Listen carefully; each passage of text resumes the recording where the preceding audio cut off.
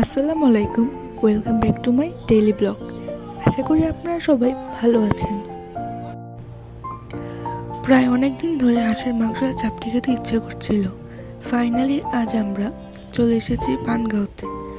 এখানে দেশি হাঁসের মাংস পাওয়া যায়। এখানে হাঁসের মাংস 200 টাকা করে, চাপটি নর্মালটা হচ্ছে 10 টাকা আর ডিম চাপটি হচ্ছে 30 টাকা। ওই দিন বৃহস্পতিবার হওয়াতে অনেক ভিড় ছিল, লম্বা লাইন। তো আমরা অপেক্ষা করছি কখন আমাদেরটা দিবে। আর আমার হাজব্যান্ড ওনাকে বুঝিয়ে দিচ্ছিল যে ডিম চাপটি নাকি নর্মাল চাপটি।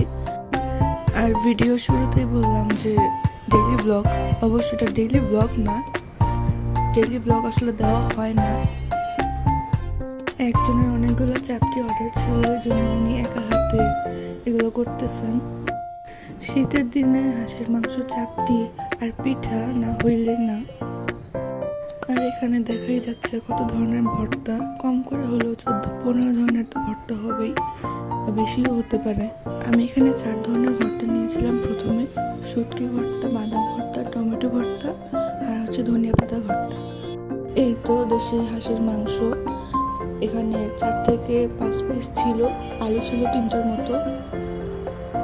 হাঁসের মাংসের সাথে খাওয়ার জন্য আরেকটা চাপটি নিয়ে নিলাম, ওই আগেরটা আমার শেষ। সাথে যে ডিম চাপটিও এসে পড়েছে। এখানে সবগুলো ভর্তার নাম আমার মনে নেই, তবে লেবু পাতা ভর্তা, সিমের ভর্তা আর এটা মনে হচ্ছিল সরিষা বাটা। আর এটা এই জায়গাটার নাম হচ্ছে কেরানীগঞ্জের পানগাঁও। তারপর আমরা দক্ষিণ কেরানীগঞ্জে আসি এবং এখানে মিষ্টি নাকি অনেক মজার। এখানে 20 থেকে 21 ধরনের মিষ্টি ছিল, সাথে রসমালাই, দইও ছিল। আমার সব থেকে ভালো লেগেছে সাদা মিষ্টিটা। এমনি আমি সাদা মিষ্টি খাই না, কিন্তু ওই মিষ্টিটা অনেক মজার ছিল। এই যে আমার সাদা মিষ্টি। তো এই তো আজকে এখানে শেষ করছি আমি আমার মিনি ব্লগ। আল্লাহ হাফেজ, আসসালামু আলাইকুম।